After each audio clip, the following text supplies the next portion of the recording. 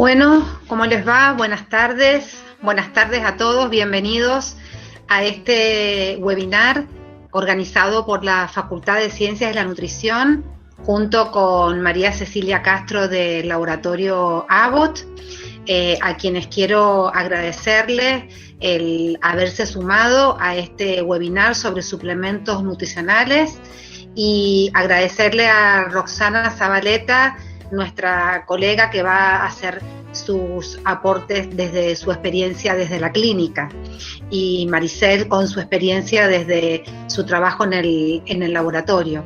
Así que creo que va a ser una jornada muy enriquecedora.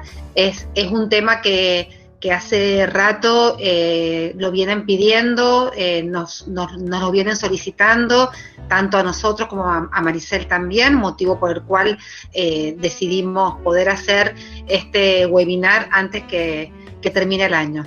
Así que bueno, bienvenidos, agradecer a Lourdes Sánchez y a Pablo Mesatesta, quienes son los coordinadores de extensión de la Facultad de Nutrición, quienes organizan siempre estos webinars y quienes serán los moderadores del mismo. Así que bueno, acá nos quedamos a escucharlas. Bienvenidas Maricel y Roxana. Muchas gracias. Bueno, buenas tardes a todos. Antes de dar inicio, como dijo Cecilia, con Pablo vamos a ser de moderadores, así que ahí en el chat ya hemos puesto algunos mensajes, entre ellos el tema de que, bueno, que la conferencia es grabada y que después van a poder acceder a través del canal de YouTube para volver a verla o para compartirla con aquellos que no se han podido sumar hoy. Lo otro es que, bueno, todas las preguntas para respetar los tiempos y también el tema de que justamente hoy tenemos un inconveniente técnico con la cámara de Roxana, la vamos a poder escuchar, pero no ver y ver su presentación.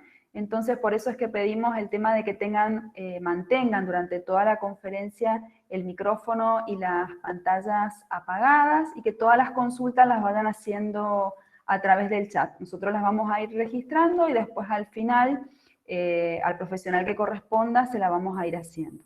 Así que ahora le vamos a dar la bienvenida a Roxana.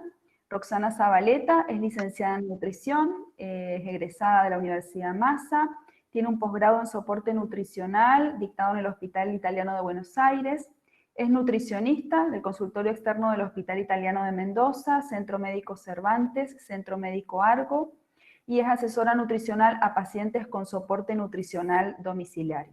Así que le damos la bienvenida y la dejamos, bueno, que dé inicio con su presentación. Bueno, ¿qué tal, colegas? Buenas tardes. Antes que nada, muchas gracias a la facultad por haberme invitado y a mi colega Maricel por también haberme ofrecido para dar la charla en conjunto. Así que bueno, haciendo honor al tiempo y respetándolo al resto, ahí voy a empezar con la presentación. Bueno, yo voy a hablar, ¿ahí se ve la pantalla? Sí, Roxy, se ve perfecto. Perfecto.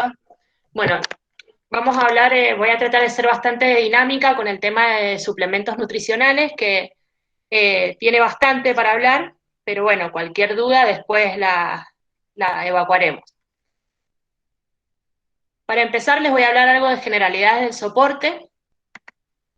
Básicamente, el objetivo es prevenir y tratar la desnutrición secundaria a una enfermedad y en los pacientes pediátricos proteger el crecimiento. Estas son algunas de las causas que producen desnutrición y que a diario vemos no solamente en consultorios, sino también en instituciones. Ingesta inadecuada de alimentos, alteración en la digesta, absorción o metabolismo de nutrientes, aumento de demandas metabólicas e imposibilidad de ingesta de nutrientes por diversas causas. Los procesos de soporte nutricional son los siguientes. Básicamente, cuando nos llega un paciente al consultorio o a la institución donde trabajamos, tenemos que hacerle un screening, un tamizaje, luego una evaluación nutricional. Cuando detectamos que dentro de ese screening el paciente presenta una desnutrición en curso o es un posible candidato, la evaluación consta de varios pasos, como pueden ver ahí: anamnesis alimentaria y cálculo de ingesta, historia clínico-nutricional, antropometría, estudios bioquímicos, métodos complementarios y métodos funcionales. Luego pasamos a un diseño de plan nutricional teniendo en cuenta estos 3 puntos. Pueden ser un plan nutricional para replecionar, para reponer calorías y diversos nutrientes, un plan de mantenimiento o solamente un plan de soporte metabólico. Después se deben determinar objetivos calóricos proteicos, determinar metas y tiempo, programar un plan de cuidados y luego llevar a cabo la implementación del soporte, eligiendo vía, acceso y modo de infusión de nutrientes. Eligiendo la mejor formulación que se adapte a eso, viendo el momento de inicio y progresión del aporte de nutrientes y haciendo un monitoreo del paciente, que eso se va a determinar de acuerdo al criterio de cada uno. Acá pueden ver un algoritmo que me pareció bastante interesante sobre cómo hacer para ver si el soporte enteral es factible o no y qué vía ocupar y qué tipo de fórmula ocupar. En esto no me voy a detener mucho porque más adelante vamos a detallarlo un poco más. También se tiene en cuenta la duración del soporte enteral para saber qué vamos a ocupar. Si vamos a ocupar sondas de alimentación o si vamos a ocupar ostomas, que son pequeños orificios que se hacen en las paredes abdominales en correlación con diversos tractos del tubo digestivo. Los beneficios de la nutrición enteral precoz, que es algo que promovemos mucho y sobre todo yo hago mucho hincapié en el hospital italiano donde yo trabajo con el tema de pacientes en estado crítico o pacientes quirúrgicos, es dentro de los no nutricionales la respuesta gastrointestinal. Una de las más relevantes de las que ustedes ven acá es tratar de mantener el trofismo de la mucosa intestinal, la cual nos va a ayudar a tener menos riesgo de infecciones y reducir la inflamación. Dentro de la respuesta inmune, volvemos a hacer hincapié en esto, en que si se mantiene el trofismo intestinal, promueve el dominio de las respuestas antiinflamatorias y mejora la tolerancia a procedimientos que impliquen demasiado estrés. Dentro de la respuesta metabólica, reduce la hiperglucemia y atenúa el estrés metabólico, que muchas veces se ven pacientes que son sometidos a muchas intervenciones quirúrgicas o pacientes que están mucho tiempo internados o que tienen un soporte a domicilio durante mucho tiempo. Dentro de los nutricionales, el aporte suficiente de calorías y proteínas, proveer nutrientes y antioxidantes, estimular la síntesis proteica, entre otros. ¿Cómo lo vamos a hacer? Vamos a evaluar al paciente que tenga riesgo nutricional alto y que tenga una incapacidad para mantener una ingesta voluntaria, y la nutrición enteral la vamos a empezar a las 24 o 48 horas de haber ingresado a una institución como puede ser un geriátrico o en el caso de consultorio, cuando nos llegue y nosotros notemos a través de la evaluación que ese paciente es candidato a un soporte por vía oral o enteral, que también se puede hacer. Si hay poca tolerancia, la alimentación debe avanzarse con precaución en el lapso de 5 a 7 días. ¿Con qué?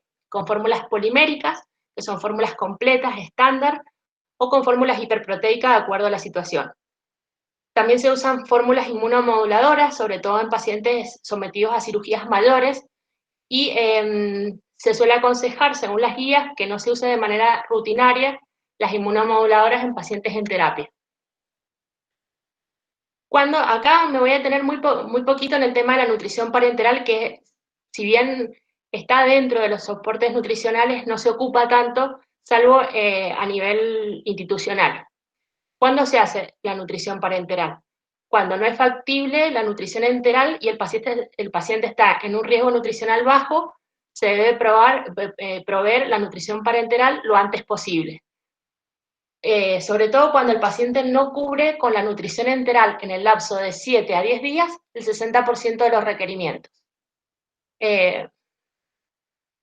Y acá empezamos a detallar el tema de las fórmulas de soporte oral y enteral.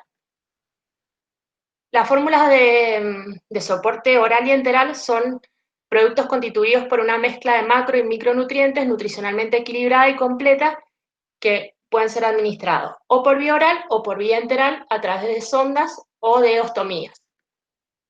La selección de la fórmula de nutrición enteral y sondas de nutrición oral va a depender de los antecedentes clínicos del paciente, qué patología de base tiene, la evaluación de la enfermedad, qué estado nutricional, si tiene una capacidad digesto-absortiva normal o no, si tiene un buen nivel de conciencia, si la función del glutorio está conservada, entre otras cosas. Y los antecedentes de las fórmulas. Tenemos más o menos, estoy haciendo un relevamiento y tenemos en el mercado actualmente 65 fórmulas, entre las de uso oral y las de uso enteral. Cada una varía la densidad de la fórmula, el contenido de agua, el contenido de fibra, la fuente y cantidad de nutrientes dentro de los macro y los micronutrientes, la cantidad de electrolitos, la carga renal de solutos, la disponibilidad y esto que me parece que no es algo menor, el costo y el costo-beneficio. Los tipos de fórmulas hay de dos tipos, poliméricas y oligoméricas. Las poliméricas son fórmulas completas, requieren que la función gastrointestinal del paciente esté conservada y que al ser isotónicas o moderadamente hipertónicas no enlentecen el vaciado gástrico ni aumentan el volumen residual. Por ende hay menos tasas de diarreas y de deshidratación al inicio. Pueden ser normo o hiperproteicas. Las oligoméricas son nutrientes hidrolizados a formas más simples. Estos son los que se ocupan en pacientes con malabsorción del tracto digestivo. Son muy hipertónicas, requieren una administración inicial más lenta y progresiva para optimizar la tolerancia. Son normo e hiperproteicas también.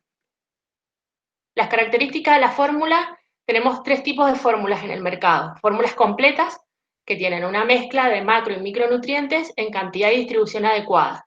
Por lo general son las que mayormente ocupamos, pero también ocupamos módulos. En el caso de alimentaciones enterales. En el caso de alimentaciones vía oral, ocupamos fórmulas completas y suplementos a veces. Los suplementos son macro y micronutrientes en mezclas desequilibradas. Sirven más que nada para reforzar o modificar dietas y en aquellos pacientes en los que la ingesta diaria es insuficiente, o sea, no cubrimos el valor calórico proteico adecuado. Los módulos son nutrientes aislados que pueden combinarse entre sí en la proporción deseada, para construir una fórmula completa o añadirse una fórmula para modificar la composición. Actualmente en el mercado los módulos son 5 los que hay, los que encontré. Los tipos de nutrientes, acá no me voy a detener mucho, sí lo que se tiene en cuenta es que dentro de los hidratos de carbono, cuando ustedes lean los vademecum de los distintos laboratorios, es ver la estructura molecular que tenga el hidrato de carbono, la concentración, y eso va a determinar qué tan digerible es, qué tanta osmolaridad tiene y el sabor.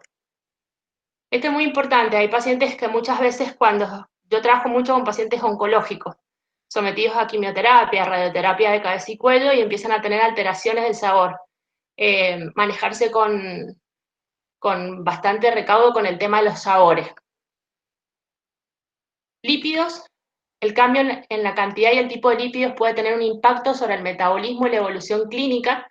Los lípidos básicamente ayudan a mejorar o inhibir la respuesta inmune, mantener o promover una integridad intestinal e influir en las funciones fisiológicas. Los que más ocupamos son los ácidos grasos omega 3 y omega 6. Los omega 3 como antiinflamatorios y los omega 6 como proinflamatorios. Entonces, tratamos de que tengan una relación para que su efecto sea antiinflamatorio y mejoren la respuesta inmune. Acá no me voy a detener mucho, tenemos algunas fórmulas con ácidos grasos de cadena media, que básicamente son varios los que tenemos en el mercado con ellos, y ácidos grasos de cadena corta. Estos se producen por fermentación de carbohidratos indigeribles, son combustibles para colonocitos y mantienen básicamente la integridad de la mucosa. Hay algunos suplementos que tienen fibra dietética y otros que no. Es importante ver qué fuente de fibra es y qué funciones van a cumplir, la cantidad y la viscosidad que confieren. Se sugiere que el uso de fibra soluble fermentable se considere para uso rutinario en todo paciente hemodinámicamente estable y se sugiere que se suplemente con 10 a 20 gramos de fibra soluble fermentable fraccionado en múltiples dosis durante 24 horas como terapia coadyuvante si hay una evidencia de diarrea.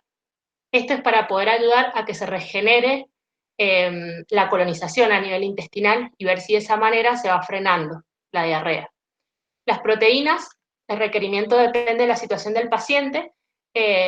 Las hidrolizadas se ocupan mucho en trastornos digesto-absortivos, sobre todo en pacientes, por ejemplo, sometidos a cirugías de cáncer de colon, donde hay mucha pérdida proteica, entonces, bueno, se suelen ocupar por lo general los hidrolizados. Hay algunas formulaciones específicas en el mercado que se le adicionan nutrientes específicos como la arginina, la glutamina, antioxidantes y los omega 3 y los omega 6. Se usan en patologías y condiciones clínicas puntuales como son los perioperatorios, traumatismo encefalocraniano, traumatología, quemados, injuria pulmonar aguda, paciente crítico, oncológicos y demás. Y bueno, las fórmulas para pediatría. Composición de las fórmulas, no me voy a detener mucho acá, como ustedes pueden ver, y después va a quedar grabado, así que lo van a tener como material. Dentro de las poliméricas hay múltiples nutrientes que se ocupan. Dentro de las proteínas hay diversas proteínas que se usan, lo mismo para hidratos de carbono, lo mismo para lípidos, y abajo los hidrolizados. La clasificación de las fórmulas, este es un cuadrito, me parece bastante bueno para que lo tengan. De acuerdo al aporte de nutrientes, pueden ser suplementos nutricionalmente completos o módulos nutricionales. De acuerdo a la densidad calórica, pueden ser estándar, 1 kilocaloría por mililitro, o hipercalóricos, 1,3, 1,5 o 2 kilocalorías por mililitro. Dentro de la complejidad pueden ser poli o oligoméricas, dependiendo, como les mencionaba antes, si son fórmulas completas o si se hidrolizaron los nutrientes. Según el contenido de proteínas, pueden ser normoproteicas, menos del 18% de valor calórico total, o hiperproteicas, más del 18%. Según la osmolaridad, pueden ser isotónicas, llegan a 350 milimol por kilogramo, moderadamente hipertónicas, de 350 a 500, o hipertónicas, más de 550.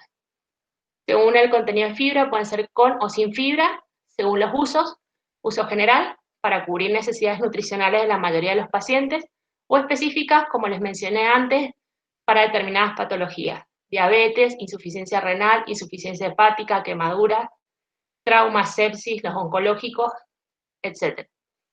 Según la manufactura, que esto no es un detalle menor, la mayoría de los que ocupamos son industriales, en polvo, fluidas o módulos. Hay artesanales que figuran en las guías, pero que ya no se usan, o mejor dicho, a mi criterio no deberían usarse, porque requieren sondas de calibre mayor a 12 French, porque hay un riesgo inadecuado de un inadecuado aporte de nutrientes, y esto que no por ser lo último, es lo menos importante, que hay un muy alto riesgo de contaminación, es decir, que el costo-beneficio para el paciente va a ser mucho mayor, porque lo arriesgamos a que pueda sufrir una infección por el uso de sondas artesanales, o sea, en realidad de fórmulas artesanales. La selección de la fórmula básicamente tiene que contar con dos cosas: cubrir los requerimientos nutricionales y adecuarse a la situación clínica de cada paciente que tengamos.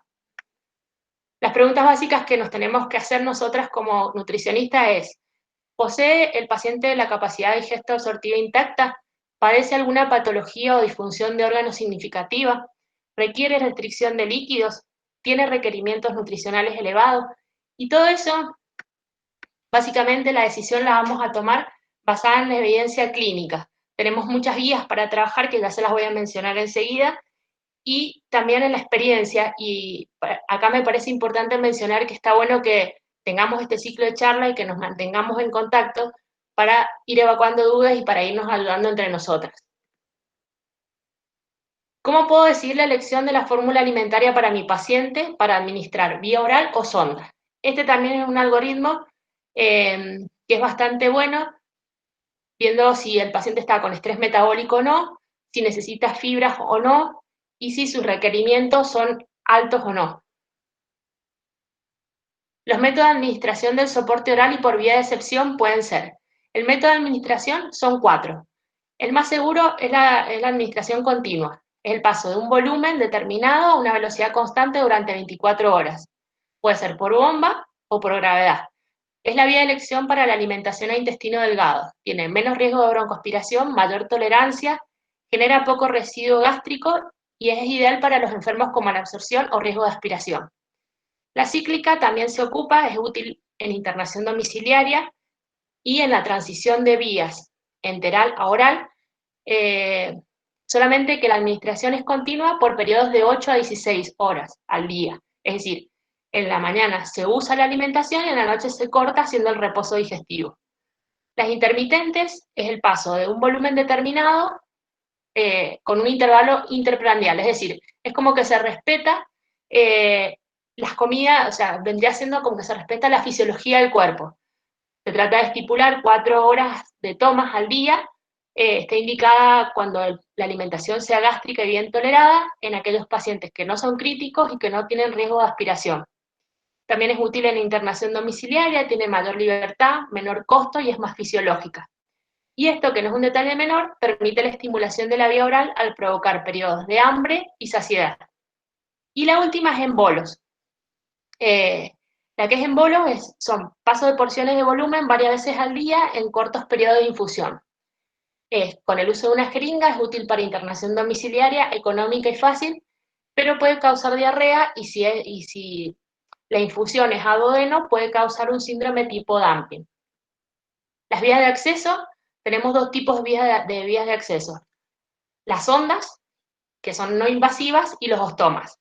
Acá en las no invasivas está la sonda nasogástrica, que digamos que es la que más se ocupa, que es para pacientes con alimentación enteral a corto plazo, en pacientes con un estómago anatómico y funcionalmente conservado, la ventaja que tiene bajo costo, que se puede usar también para medicación, y que no necesita de mucho conocimiento para la colocación, pero que sí es importante que contemos con un enfermero que la coloque. Eso no es algo que debamos hacer nosotros. Las desventajas, que puede ser desagradable e incómodo para el paciente, que puede provocar erosión nasal, remoción intestinal frecuente y que hay mayor riesgo de aspiración, si es que no corroboramos bien que haya quedado colocada la sonda. El otro caso son las sondas que van a duodeno y a yeyuno, la nasoduodenal y la nasoyeyunal, que son para alimentación enteral a corto plazo, para alimentación postpilórica, es decir, pacientes que tienen trastornos a nivel de tracto digestivo superior, esófago o estómago, y que se usan como vías de elección. Las ventajas tienen menor riesgo de aspiración y de extravío, y las desventajas que requieren un personal más entrenado.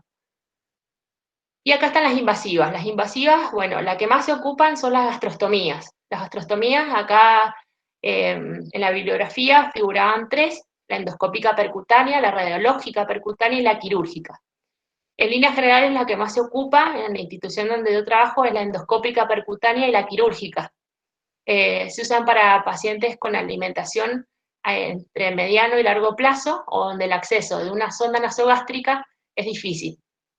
La endoscópica es más simple y más barata que la quirúrgica, ofrece posibilidad de alimentación yeyunal y descompresión gástrica. La quirúrgica está indicada en pacientes que requieren apoyo nutricional a largo plazo y es fácil colocarla durante un procedimiento quirúrgico, entonces no sometemos a otro método invasivo al paciente.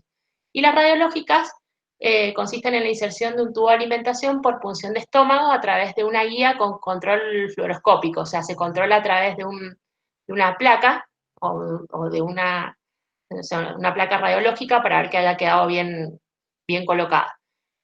La otra técnica invasiva es la yeyunostomía. Hay dos tipos, la endoscópica percutánea y también la radiológica percutánea, que figuraba en la bibliografía. La que más se ocupa es la endoscópica. Es indicada para pacientes con nutrición enteral a largo plazo y gastrostomía, o sea, en aquellos que la gastrostomía no se puede realizar.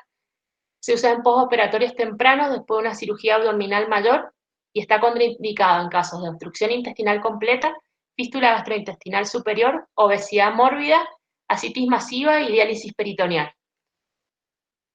Para las sondas, los aspectos a tener en cuenta para el uso de las sondas es el material. Debe proveer una ausencia de toxicidad, ser inalterable, flexible y radioopaco. Lo que más se recomienda, según las guías, es ocupar las sondas de poliuretano y las de silicona, que como pueden ver son más durables, son radiopacas, tienen paredes delgadas, mandriles, aunque son más costosas y a veces se pueden deteriorar con el tiempo, son de difícil colocación. La realidad es que en las instituciones muchas veces se ocupan las sondas de PVC, porque tienen menor costo, son de fácil colocación y sirven para succión gástrica. Pero como desventaja tienen la rigidez y generan disconfort al paciente. Acá no me voy a detener mucho Acá pueden ver cómo es el diseño de las sondas, las características se tienen en cuenta, los diámetros, ver si van a ser de 8 French o más para fórmulas que tienen fibra y de mayor viscosidad para uso en bomba, y de 10 o más cuando son fórmulas con fibra o mayor viscosidad, pero para uso por goteo o por bolo. Deben tener en cuenta las características del extremo distal. Las sondas con peso sirven para colocación postpilórica, la existencia de guías de posicionamiento, los mandriles. La longitud no es lo mismo donde se vaya a colocar. Una sonda nasogástrica va a necesitar 1,10 m para llegar bien a la zona de colocación. En cambio, las enterales, las sondas nasoduodenales, necesitan más de 1,25 m. Los orificios de salida y las presencias de conectores en I. Las presencias de conectores en I sirven para que haya menos manipulación y riesgo de contaminación, para que se puedan añadir los medicamentos sin desconectar y permitir la limpieza de la sonda de manera efectiva. Es adaptable a diversos calibres y jeringas. Y los contenedores, acá hay dos tipos de contenedores. Los contenedores vacíos, que muchas veces se pueden ocupar en instituciones, están hechos de PVC o otro tipo de material, son flexibles o semirrígidos y se recomienda cambiarlos cada 24 horas para que no generen mucho residuo adentro. Y los sistemas cerrados listos para colgar, que son los que más ocupamos, que son las fórmulas están estériles, se envasan directamente en un contenedor hermético, ahorra costo, no necesita preparación, se identifican fácilmente y permiten la gestión de volúmenes precisos. Muchas veces cuando tenemos pacientes con soporte domiciliario es fácil poder marcar, y los tenemos con una alimentación continua, marcar para que el familiar sepa cómo va a ir bajando el volumen y vaya controlándolo sin necesidad de que ese familiar tenga que tener un enfermero las 24 horas al lado de él. Las complicaciones del soporte enteral son mecánicas por las técnicas de colocación. La más común que se ve es que haya una posición anómala, o sea, que esté mal colocada. Eso aumenta el riesgo a veces de complicaciones pulmonares, que son las que vamos a ver más enseguida. Por eso es importante, una vez que esté colocada la sonda, contactar con una radiografía abdominal que esté bien colocada, aspirar el contenido a través de la sonda para medir el pH y ver que esté colocado en estómago, en el caso de una nasogástrica, y hacer una insuflación y auscultación. De todo esto se encarga el médico y el enfermero, pero nosotros también podemos estar presentes y ver cómo es el procedimiento también para quedarnos más tranquilas. Por decúbito, porque está relacionada más que nada con el tiempo de permanencia, cuando son alimentaciones prolongadas por vía enteral. El calibre y el material de las sondas usadas no siempre es el apropiado, por eso las guías recomiendan usar sondas de poliuretano y silicona, y factores relacionados con la enfermedad que predisponen su desarrollo, que son sinusitis, erosiones nasales, lesiones del tracto gastrointestinal superior y demás. Por falta de recambio de sondas, por lo general se aconseja que las sondas no estén mucho tiempo de permanencia, porque si no pierden funcionalidad. Por obstrucción, porque no usamos una fórmula adecuada, porque el calibre de la sonda no era el apropiado. Por contaminación. Las guías dicen por medición de residuo gástrico, pero bueno, actualmente no se mide mucho el residuo gástrico en las instituciones, y por administración de medicación que no es la apropiada. Por desplazamiento, también esa es otra complicación mecánica.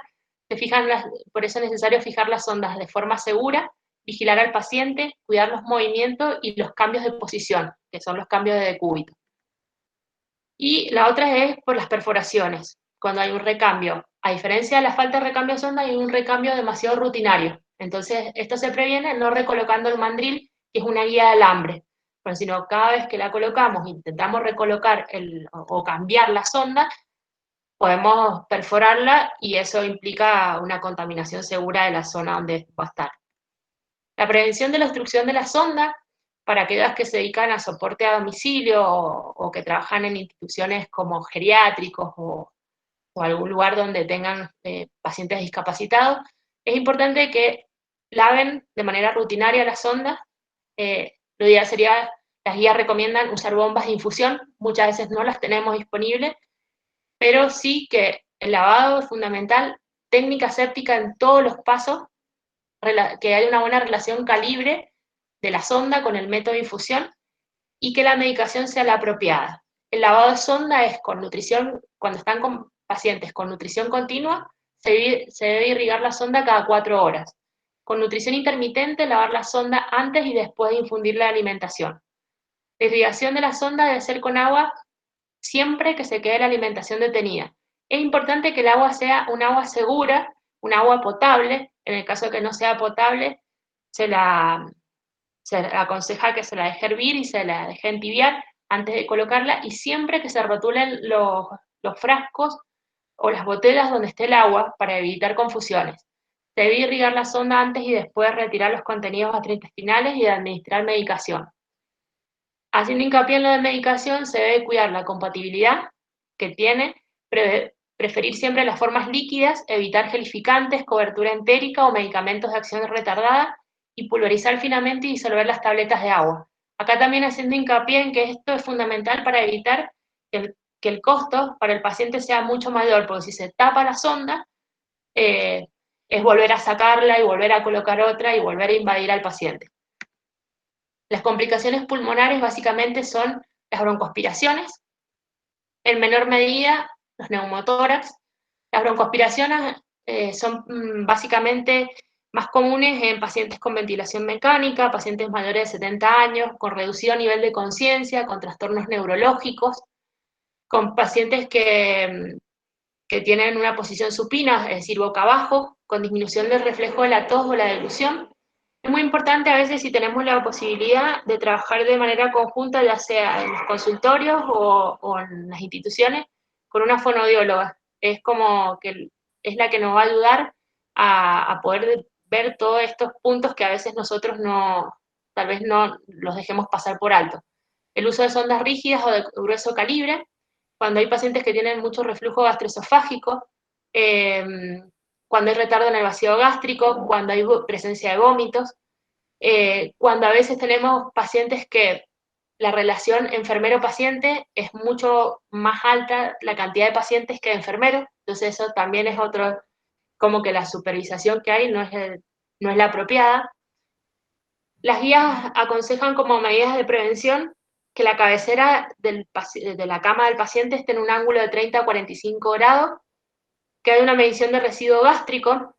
Acá recomienda que tienen que ser entre 150 y 250 mililitros de alimentación intragástrica y que debe medirse cada 4 horas en pacientes críticamente enfermos. Si es mayor a 250, después de 2 mediciones se aconseja el uso de prokinéticos, que son medicación para facilitar el movimiento gastrointestinal, y si es mayor a 500 mililitros, considera una sonda nasoduodenal. La realidad, en mi experiencia, en los lugares donde he estado trabajando no se mide el residuo gástrico.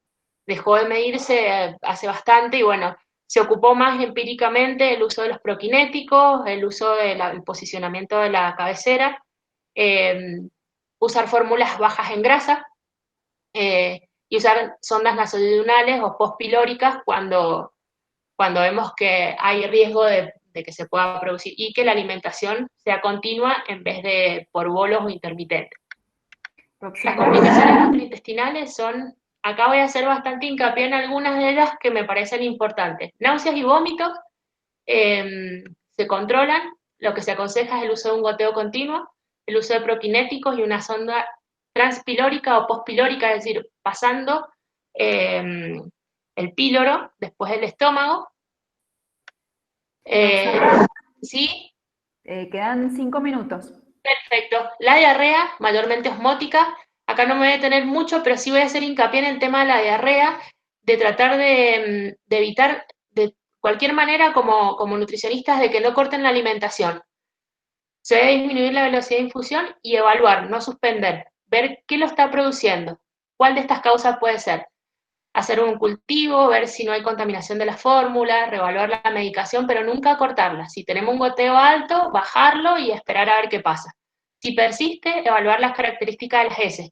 No siempre una defecación que sea aumentada implica que hay una diarrea en curso. Depende de la situación que esté pasando el paciente. La constipación, ver qué es lo que lo está produciendo también, pero no cortar de ninguna manera la alimentación, porque es fundamental para mantener el trofismo. Sí se puede aumentar la ingesta de líquido, usar fórmulas enriquecidas con fibra, tratar con laxantes y evitar medicamentos que puedan inducir la dismotilidad, esta disfunción a nivel intestinal. Y la distensión abdominal, que puede ser por un bolo fecal o por una intolerancia a la fórmula o por disminución del flujo sanguíneo. Se sugiere suspender la infusión un lapso de horas, pero controlar y no tener tanto tiempo al paciente sin alimentarlo. Las complicaciones metabólicas como la hiperglucemia, que puede ser condicionada por el uso de corticoides, estrés fisiológico o inducido por enfermedad. El tratamiento es monitorear la glucemia, tratarla con hipoglucemiantes o insulina y considerar fórmulas que existen en el mercado diseñadas para pacientes con alteraciones en los niveles de glucemia o con hiperglucemias por estrés. Alteraciones hidroelectrolíticas, acá me parece importante, bueno, dentro de las alteraciones están algunas de ellas como las hiper o hiponatremias, hipofosfatemias y demás, que se ven más que nada en instituciones, pero puede pasarles en domicilio también. Ver el tema del síndrome de realimentación, esto se ve más en instituciones, pero está bueno que lo sepan como para tenerlo en cuenta si tienen a un paciente con internación domiciliaria o en un geriátrico. Es un conjunto de alteraciones que pueden ocurrir consecuencia del soporte nutricional en pacientes con desnutrición. Ocurre con todas las modalidades de terapia. Hay alteraciones, muchas veces las guías dicen que se presentan disminuciones en los niveles plasmáticos de estos micronutrientes y electrolitos, que es muy difícil poder hacer en un consultorio o en una internación domiciliaria ver cuál se alteró, pero sí produce varias alteraciones que pueden llevar a un desenlace fatal al quinto día, alteraciones cardiovasculares, hematológicas y demás. Los factores comúnmente asociados son desnutrición, reposición nutricional agresiva. Es por eso que tenemos que tratar de ir lo más despacio posible y no acelerarnos para alimentarlo al paciente. Los pacientes que corren riesgo de desarrollar síndrome de realimentación son pacientes oncológicos con huelga de hambre, anorexia nerviosa, inanición entre 7 a 10 días asociada a un estrés, pacientes postoperados con nutrición parenteral, uso crónico de diuréticos y antiácidos, y la prevención es una correcta valoración médico-nutricional antes de iniciar el soporte nutricional e ir tratando de que la represión, o sea, la reposición calórica sea lenta hasta que el paciente esté hemodinámicamente estable. Dar aproximadamente 20 kilocalorías por kilogramo día con restricción de glúcidos, usar 50% lípido y dar de 1,2 a 1,5 gramos por kilogramo día de proteínas. Y tratar de corregir la deficiencia de vitaminas y elementos traza. Es importante que la ganancia de peso no supere de 0,5 a 1 kilogramo por semana, y los aumentos mayores pueden ser por restricción hídrica, entonces hay que evaluar también eso. Las complicaciones infecciosas pueden ser por fórmulas contaminadas o por neumonía aspirativa. En la ostomía es por el sitio de inserción que a veces quedó contaminado. Estos problemas pueden reducirse o prevenirse con la correcta manipulación de las fórmulas, una adecuada selección y cuidado del acceso, una administración controlada de la fórmula y un seguimiento cuidadoso. Acá no me voy a detener mucho, sí lo que les voy a dejar como material es la transición en las vías de alimentación. Es importante no tener al paciente mucho tiempo con una nutrición parenteral o una enteral y tratar de transicionarlo lo más rápido que se pueda y lo más seguro. Los riesgos es que muchas veces si se lo deja mucho tiempo con una sola vía de elección, hay aportes insuficientes o excesivos. Nunca se debe permitir que se suspenda una vía y se transicione a la otra. Por ejemplo, que se corte una parenteral y se pase a una enteral. Siempre la transición tiene que ser gradual. Acá van a ver algunos algoritmos que les he dejado. La nutrición parenteral a la vía enteral se va evaluando el trastorno digesto absortivo para ver el tipo de fórmula que se ocupa. Y la progresión va a ser de a poco. Cuando haya buena tolerancia y se hayan alcanzado el 30 al 50% de los requerimientos, se reduce la parenteral y se va aumentando la enteral. 25 mililitros cada 8 o 12 horas, pero nunca se corta. Si no se cubren los requerimientos, se continúa con la parenteral y se espera para poder transicionarla. Si hay buena tolerancia, se suspende la parenteral recién cuando alcance el 75% de los requerimientos vía digestiva, nunca antes. Acá es muy importante hacer hincapié en que son ustedes, las nutris, las que deciden cuándo se corta o no. O sea, el médico puede llegar a decirles, no, mira, cortemos la parenteral y pasemos a la enteral. No. Tratemos de lograr esos objetivos y si no se pueden lograr los objetivos, sigamos manteniéndolo a un bajo goteo a la enteral junto con o sea, dual con la parenteral para mantener el trofismo hasta que se pueda hacer. Cada paciente se transiciona de manera distinta. De la parenteral a la vía digestiva, esto también lo voy a saltar un poco. De la enteral o la parenteral a la oral, tenemos que hacer un registro de ingesta y un cálculo de ingreso de calorías y nutrientes. Si ingieren más del 50% de los requerimientos, se sigue con una enteral nocturna y se prueban suplementos orales. Si no lo sigue, se continúa con la enteral. Y la transición a la alimentación oral es cuando recién cubre el 75 al 80% y ahí se pueden retirar o la enteral o la parenteral. Y empezar con los suplementos orales y un registro de ingesta y evaluar periódicamente al paciente. La alimentación dual o simultánea es básicamente lo que les expliqué recién, es tratar de lograr los requerimientos y ir avanzando a poco. Los candidatos a alimentación dual son todo tipo de pacientes, excepto aquellos que la vía enteral esté totalmente desaconsejada. Muchos, durante un tiempito, lo ideal es que la nutrición parenteral no se mantenga mucho tiempo, sino que tratemos de progresar siempre a una enteral por más que sea bajo doteo. Acá les dejo algo de bibliografía, donde yo me apoyo bastante. Yo soy miembro de la Asociación Argentina de Nutrición Enteral y Parenteral. Las invito a que se sumen y a que participen de los grupos de trabajo y demás a las que les interese este tema. Hay muchas guías para trabajar, hay muchos protocolos de trabajo que se están armando, así que bueno, la que tenga cualquier duda, ahí tienen para poder trabajar. Muchas gracias. Muchas gracias a vos, Roxana, muy completo toda la exposición. Ahora vamos a continuar con la siguiente exposición. Vamos a presentar a María Cecilia Castro, nutricionista recibida en la Universidad Juan Agustín Maza, educadora en diabetes recibida en el Centro Bernardo Hussey, agente de propaganda médica recibida en la Universidad Favaloro, asesora nutricional en refinerías de maíz, Roche Diagnostic, Sancor, Mead Johnson, Nestlé, Abbott Nutrition y docente titular de la Cátedra de Marketing y Salud. Bienvenida, María Cecilia Castro, adelante con tu presentación.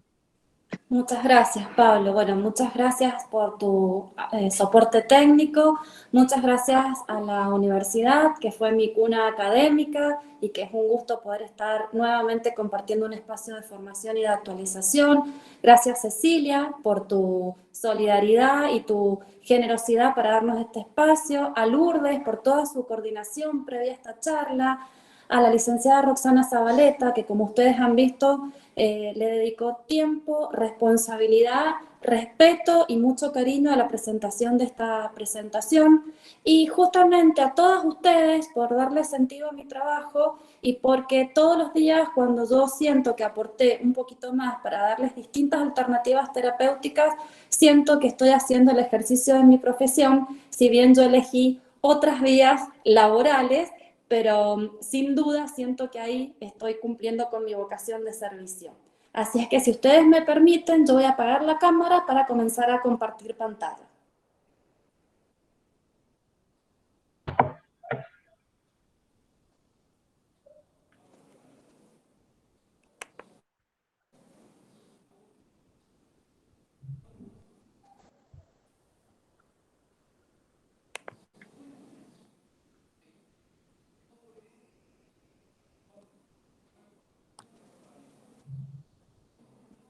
¿Alguien me podrá confirmar que ya se está viendo la pantalla bien?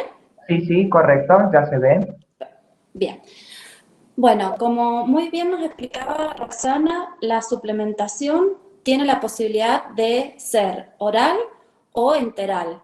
Y al final de esta presentación también vamos a conocer una nueva fórmula que es de rehidratación oral. Es decir, la idea es que hagamos un paseo por toda la línea completa para que ustedes vean la alternativa de cada suplemento o fórmula para cada necesidad de sus pacientes.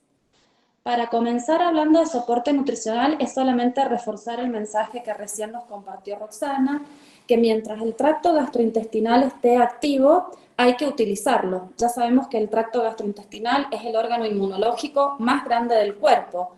Cada vez son más los estudios que confirman y demuestran que el 25% de la mucosa intestinal es tejido linfoide, que nosotros lo conocemos como GALT, y que entre el 70 y el 80% de todas las células inmunológicas residen en el intestino, con lo cual se ha visto que carencias nutricionales a nivel enteral provocan la atrofia de este tejido, lo cual reduce la producción de estas inmunoglobulinas. Por eso es tan importante utilizarlo y nutrirlo mientras se pueda.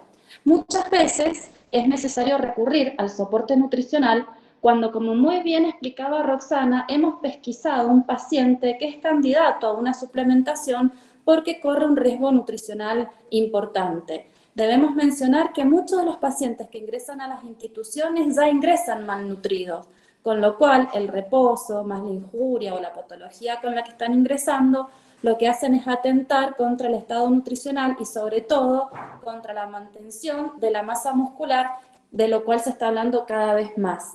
Es muy importante que una vez que hemos pesquisado a este paciente, empecemos con la suplementación lo antes posible.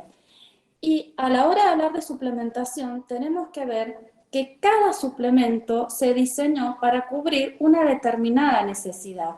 Es decir, no todos los suplementos son iguales, porque cada uno tiene sus estudios en diferentes poblaciones, en diferentes razas, con duración diferente, para comprobar a través de formulaciones científicas y resultados clínicamente aprobados que tenga buena absorción, adecuado perfil de seguridad a la población que va destinado, por supuesto bajos eventos adversos, que tenga un buen testeo sensorial, con lo cual nosotros vamos a lograr buena adherencia.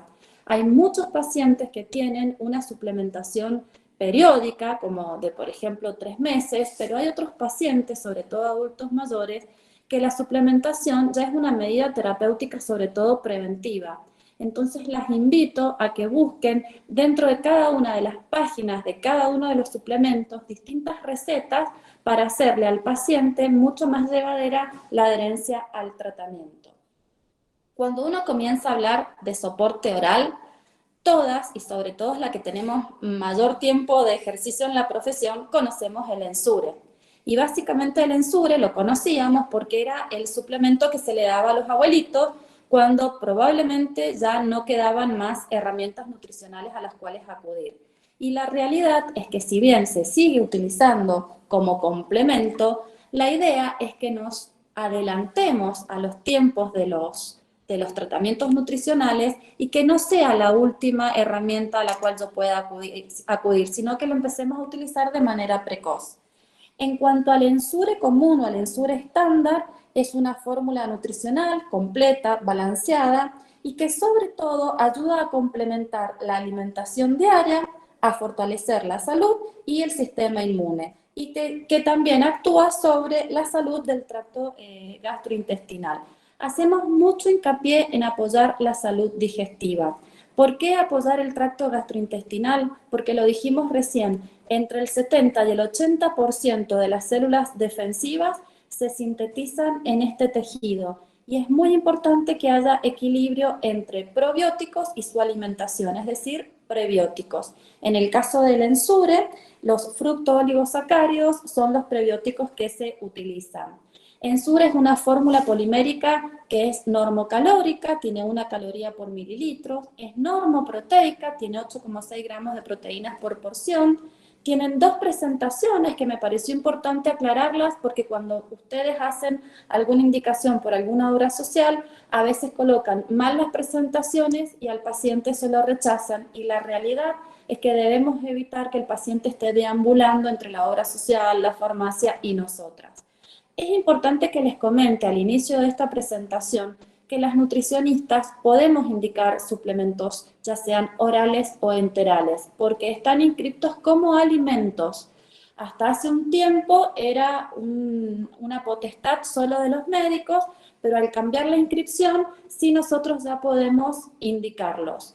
Y es importante también saber que aquellos que son con sabor vainilla, podemos neutralizarlos con unas gotitas de limón para que al paciente también se le amplíen las posibilidades culinarias. Este Ensure, o Ensure como nosotros le decimos, es una base y es un complemento para aquellos pacientes que no están llegando a cubrir los requerimientos nutricionales vía oral, pero es un complemento porque es normocalórico. ¿Qué pasa cuando lo que yo necesito es justamente recuperar el peso de algún paciente que lo ha perdido de manera aguda, en donde yo lo que necesito es un aporte extra de calorías? Para eso está esta presentación, que es el Ensure Plus, que viene líquido. Fíjense que el Ensure estándar solo venía en polvo, el Ensure Plus solo viene líquido, ya es hipercalórico, 1,5 kilocalorías por mililitro, ya tiene mejor aporte de proteínas. Fíjense que tienen 13 gramos de proteínas por porción. Y Roxana recién hablaba de la importancia de evaluar el vademecum. Por ejemplo, en el caso del Ensure Plus, el aporte de proteínas o las fuentes de proteínas son concentrado de proteína de leche, el 70%, aislado de proteína de soja, el 25%, y concentrado de proteínas de suero, el 5%. Esto es para que ustedes vean que en el diseño de los suplementos intervienen distintas fuentes proteicas, como así también, por ejemplo, fuentes de hidratos de carbono. En el caso del Ensure Plus, tenemos que el 58% corresponde a maltodextrina y el 36% a mono y disacáridos. Hay un 4% de fructooligosacáridos, volvemos a hacer hincapié en la salud intestinal, y un 1% de Fibersol, que es un edulcorante que lo que le da es mejor sabor o dulzor al producto. Y en cuanto, por ejemplo, a los lípidos, las fuentes son aceite de canola, aceite de maíz y lecitina. Igual toda esta información está en los vademecums, pero como Roxana hizo tanto hincapié en que empecemos a leerlos, solamente se los leo a modo de ejemplo. Y es muy importante mencionar que toda la línea de Abbott, ya sea la línea Ensure, Lucerna, Nepro, Pediasure y la línea enteral, fíjense que tiene el sello de Sintac, es decir, es libre de gluten y también es libre de lactosa. Con lo cual, a la hora de hacer la dilución de los polvos, la bibliografía habla de diluirlos en agua. Si yo los diluyo en leche, bueno, a ver, no es que altere al producto, lo que sí hago es modificar su composición nutricional. Y acá un poquito vamos a hacer un hincapié en la importancia de los fructooligosacáridos, que sabemos que son aislados de carbohidratos no digeribles, que poseen un efecto fisiológico beneficioso para la salud humana. Por ejemplo, corrige el estreñimiento, no eleva los niveles de glucosa, mejora la asimilación del calcio, fortalece el sistema inmunológico, promueve la síntesis de ácido fólico y vitaminas del complejo B, baja los niveles de colesterol y triglicéridos, reduce el riesgo de cáncer de colon y tiene un bajo valor calórico. Y acá pasamos a otro Ensure que me parecía muy importante presentárselos a aquellas nutricionistas que yo no las estoy visitando porque no llego a verlas y no lo conocían, que es el Ensure Clinical, que ha venido a cubrir lo que las guías y la bibliografía cada vez más está hablando para prevenir la sarcopenia, es decir, para adelantarnos y tratar sobre todo la fragilidad y evitar la sarcopenia. Si hay algo que nosotras desde nuestra profesión podemos hacer es prevenir la fragilidad muscular, es decir, prevenir la sarcopenia. Y si ya está, bueno, tratarla. Para eso se piden que los suplementos tengan mayor aporte calórico, es decir, se piden suplementos hipercalóricos, que sean hiperproteicos y que también tengan HMB, que ya lo vamos a ver un poquito más adelante. Es decir, vuelvo un segundito para atrás, el Ensure Clinical es una fórmula nutricional hipercalórica, hiperproteica y adicionado con HMB. Hay dos productos adicionados con HMB. El Ensure Clinical para un paciente crítico y el Ensure Advance, que ya lo vamos a ver, para un paciente más ambulatorio.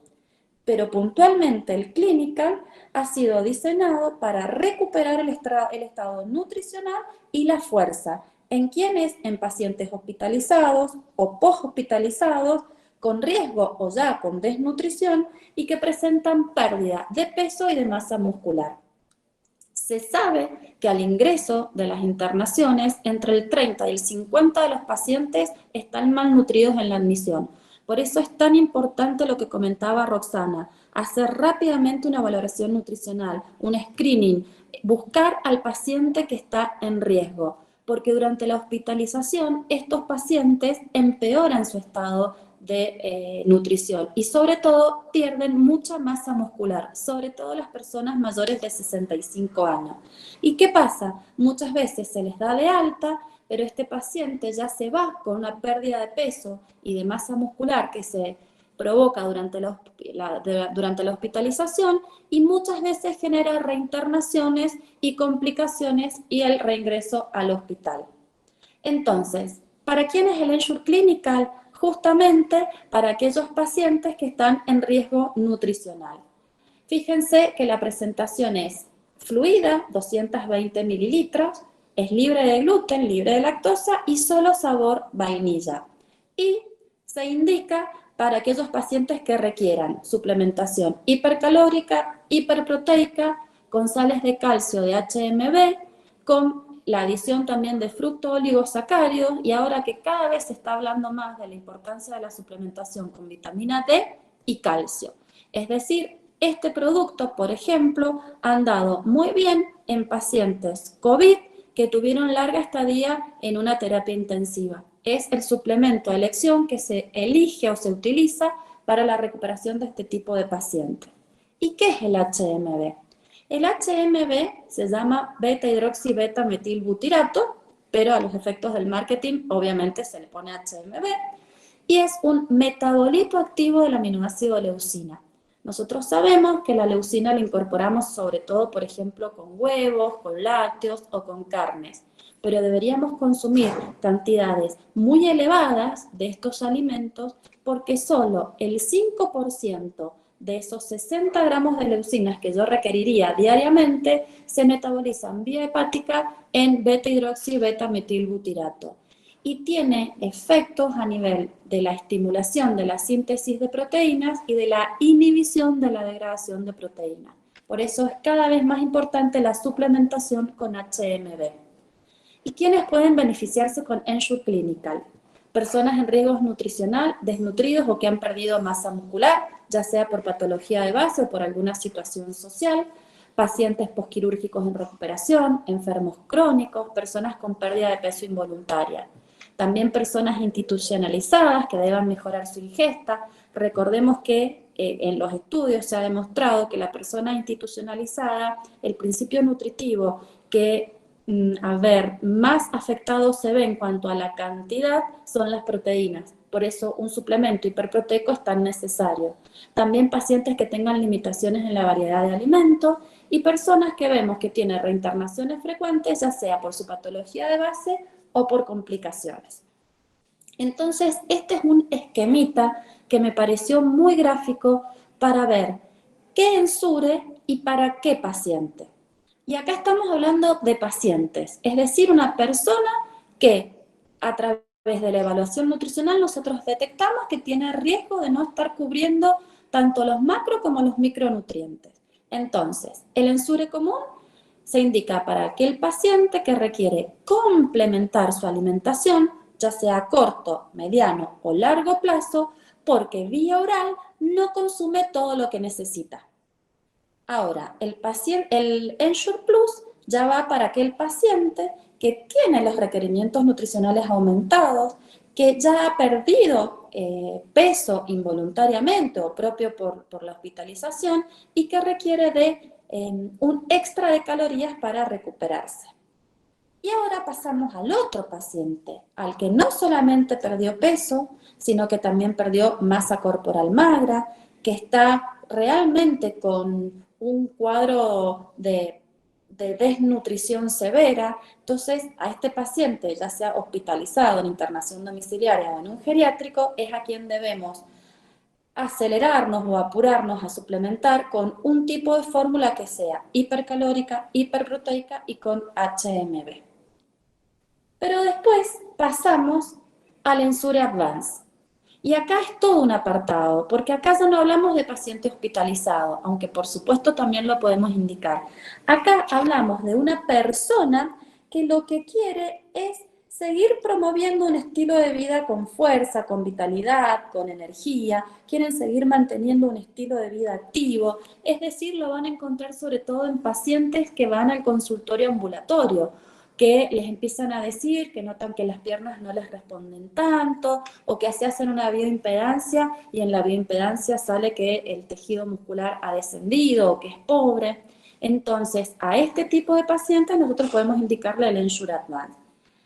¿Qué características distintivas tiene? Que es normocalórico, 1 caloría por mililitro, que tiene la particularidad de tener 2 presentaciones. Fíjense que viene en polvo y viene fluido. Y esto es sobre todo apoyando los distintos estilos de vida, porque la botellita se la pueden llevar al gimnasio, al trabajo, a la facultad. No requiere cadena de frío mientras esté cerrada. Y la presentación en polvo pueden diluirla en su domicilio y por supuesto es más económica y rinde más. Ahora, fíjense las diferencias entre las presentaciones. El Ensure Advance en polvo aporta 8,6 gramos de proteína por porción. Aporta la misma cantidad de proteínas que el Ensure estándar. Pero el Ensure Advance aporta 13 gramos de proteína por porción. Es decir, la presentación fluida aporta más proteínas que la presentación en polvo. El Ensure Advance fluido aporta la misma cantidad de proteínas que el Ensure Plus. ¿Cuál es la diferencia? Que el Ensure Advance es normocalórico, fluido estoy hablando, ¿no? Es normocalórico, si bien me aportan lo mismo de proteína, el Ensure Advance tiene el HMB que el Ensure Plus no lo tiene. Entonces, si yo lo que quiero es apuntar a músculo, a prevenir fragilidad o a tratar la sarcopenia, voy a utilizar el Ensure Advance si mi objetivo es músculo y no peso. Si mi objetivo es solo peso, puedo optar por el Ensure Plus. Y si es peso y músculo, por el Ensure Clinical. Se ha demostrado que a partir de los 40 años, los estudios hablan de los 35, pero para redondear, se dice que a partir de los 40 años comenzamos a perder el 8% de nuestra masa muscular magra, la cual va siendo reemplazada por masa grasa. Si no tomamos medidas terapéuticas preventivas, llegado a los 70 años, esta pérdida es del 15% por cada década. ¿Cuáles son las medidas preventivas para que esta curva en descenso se revierta y que después de los 65 años nosotros podamos mantener un estilo de vida independiente, activo, de movilidad? Justamente un plan alimentario hipercalórico, en el caso de que sea necesario, sino que sea hiperproteico y adicionado con HMB. Por supuesto, también se habla de vitamina D y calcio. También tenemos un sector de la población que va a requerir de suplementación oral. Recordemos que estamos solo en los suplementos orales. Pero si bien las fuentes de carbohidratos en la mayoría de los suplementos orales, sobre todo el Ensure, son maltodextrina, tienen un aporte de sacarosa, que no es mucho, es alrededor del 33%, vendrían a ser 12 gramos.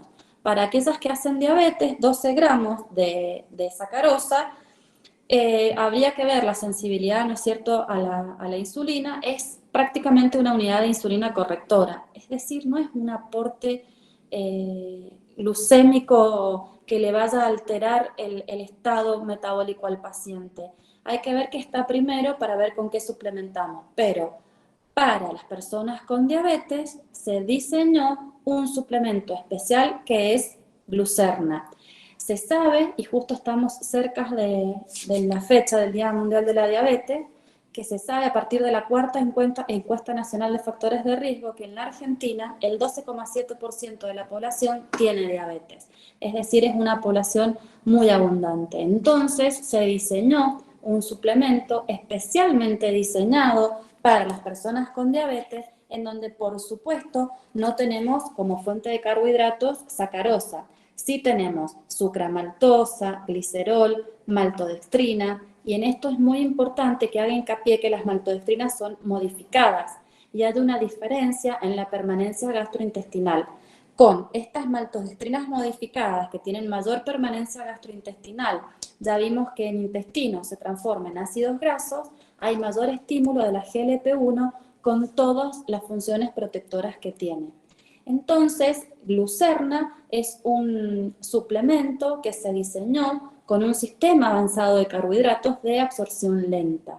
También se adicionó con vitaminas y minerales, justamente para hacer una alimentación completa de las personas con diabetes, con muy buen aporte de proteínas, con ácidos grasos omega 3 y omega 9, y además con la combinación que vimos recién de los distintos tipos de fibra y edulcorantes que se utilizan.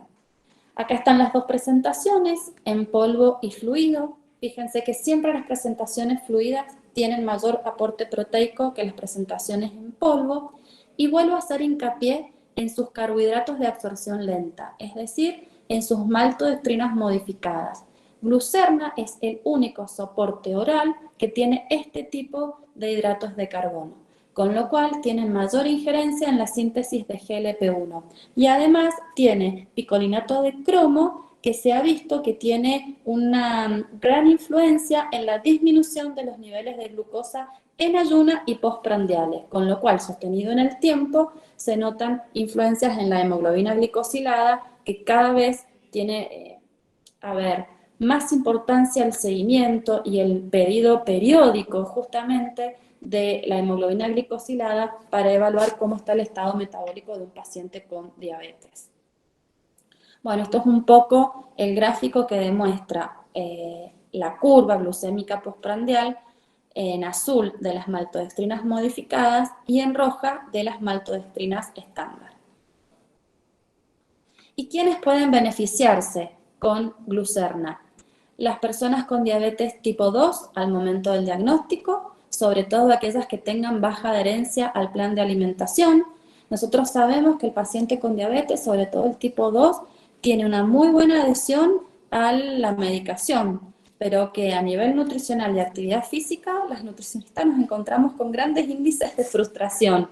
Entonces, muchas veces, tomándolo como justamente nutroterápico, se adhieren mejor al plan de alimentación si en la rutina diaria incorporamos un Glucerna. Y por ejemplo, en las diabetes tipo 1 o en el caso de diabetes tipo 2 que estén con medicación hipoglucemiante, pero que la persona, sobre todo después del mediodía, no come mucho, podemos utilizarlo para prevenir sobre todo la hipoglucemia nocturna. Fíjense que en este cuadrito lo que quiere graficar es que en cualquier momento del día podemos utilizarlo como reemplazo de alguna de las comidas o colaciones. Y después tenemos los suplementos pediátricos que se utilizan desde los 2 hasta los 10 años, que es Pediasur, que la idea es que al darlo no se lo indiquemos solo a niños con bajo peso, sino que se lo demos a aquel chiquito en el que estamos sospechando que puede haber alguna desnutrición oculta. Entonces yo quiero mejorarle el estado nutricional, quiero promoverle el crecimiento sostenido, quiero apoyarle y fortalecerle el sistema inmunológico y el desarrollo de huesos y músculos. Y acá me detengo un segundito porque muchas veces los pediatras solo percentilan, pero no hacen anamnesis alimentaria. Entonces nosotras en las consultas pediátricas debemos indagar y pesquisar si pueden haber carencias nutricionales ocultas, sobre todo de vitaminas y de minerales. Y les voy comentando, una novedad es que sobre todo Pediasur va a presentar en muy corto plazo una modificación nutricional. También viene en 2 presentaciones, en polvo y líquido. Acá la presentación en polvo tiene prebióticos y probióticos y la presentación en líquido solamente tiene prebiótico. Bueno, van a ver los distintos sabores. Sí, la presentación en polvo solo viene por 400 gramos y también las invito a que ingresen a la página de Pediasur para poder conocer distintas recetas que hacen que la adherencia al tratamiento con los suplementos sea más llevadera, sobre todo para los niños. Igual, siempre que se hacen testeos de adhesión sensorial en pediatría, por supuesto los sabores se ajustan a esta etapa en donde el sabor es tan importante a la hora de aceptar o no un alimento. ¿En quiénes se indica Pediasur? En niños que a lo mejor están percentilando bien, es decir, el pediatra nos va a decir que están bien nutridos o que están creciendo y desarrollándose bien, pero son chicos que deben comer frecuentemente fuera de su casa, muchas veces con viandas escolares, y se encuentran con la dificultad de la selección saludable de comidas y de la variedad. Entonces, en estos chicos podemos indicarlo. Si el niño o el pequeño tiene una alimentación selectiva, con una porción al día estamos previniendo. Pero si ya hay compromiso de la talla y del peso, en donde hay un marcador de déficit de crecimiento, la recomendación es que sean 2 porciones o 2 botellas al día. Bueno, el objetivo de Pediasure es ganar, crecer y mantener. Después tenemos para necesidades específicas NEPRO, que esto es, acá hay un error terrible, les pido disculpas. No se usa más esta denominación, es para pacientes con enfermedad renal crónica en etapa 5, es decir, pacientes dializados. No es para un paciente con enfermedad renal que no esté dializado, es solo para pacientes dializados. Es una fórmula completa, de alta densidad calórica, de bajo contenido en electrolitos y está especialmente diseñada para pacientes hemodializados.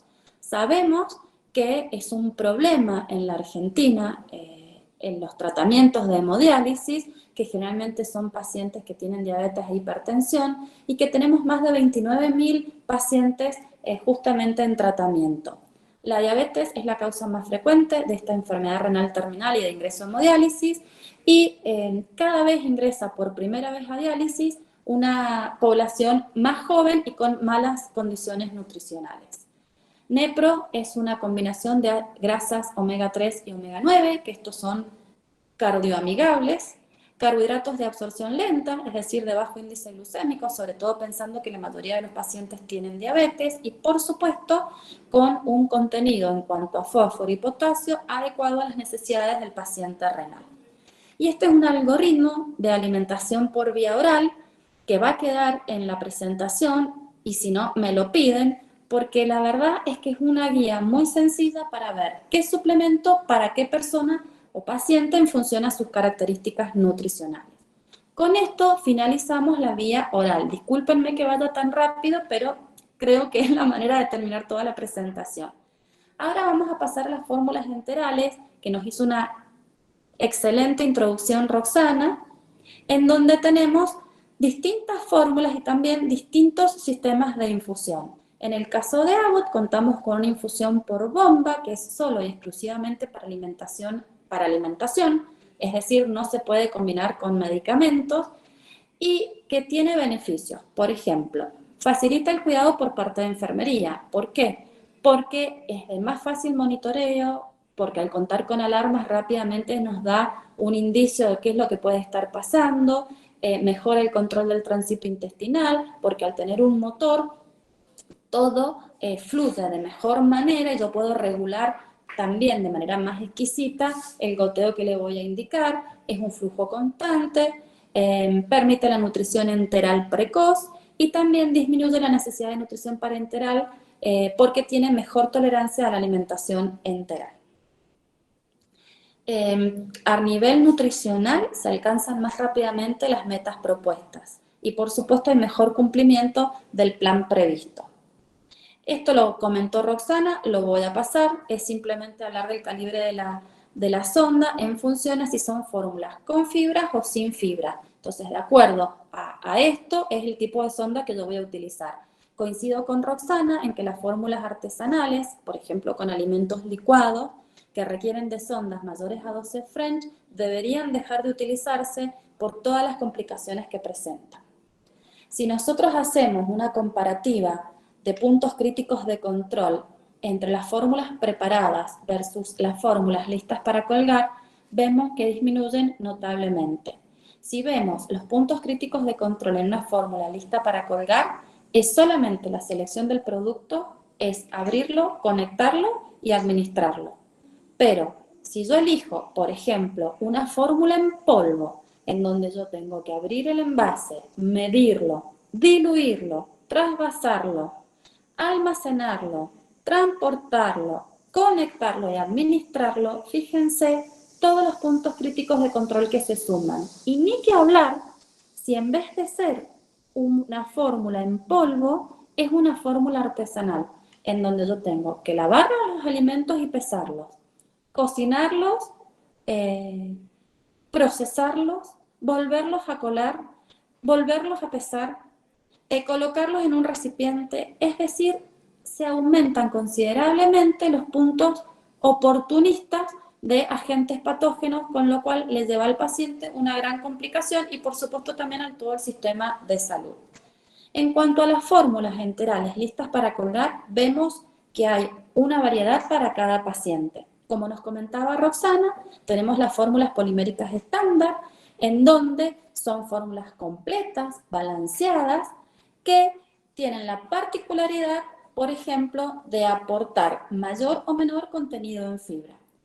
Tenemos los Gevity, que son, uno es normocalórico, el Gevity Plus es moderadamente hipercalórico, tiene 1,2 calorías por mililitro, y también lo importante es que el Gevity Plus tiene adicionado fructooligosacáridos además de la fibra. Tenemos como fuentes de carbohidrato en el Gevity Plus, jarabe de maíz, maltodextrina, mezclas de fibras, un 8% y un 6% de fructooligosacáridos. Maricel, quedan 5 minutos. Perfecto, gracias.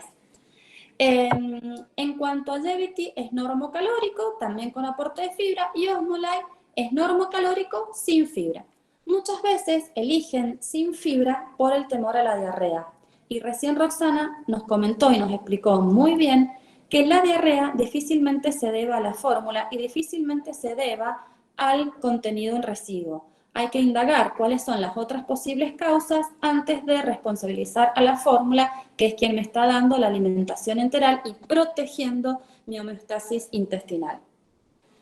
Esta es la novedad. Tenemos un listo para colgar de 500 mililitros que responde a lo que cada vez se está pidiendo más, que son fórmulas poliméricas, hipercalóricas, hiperproteicas y con HMB, destinadas a pacientes que necesiten alimentación enteral por vías de excepción y pacientes que se encuentran desnutridos y se sospeche pérdida de masa corporal magra.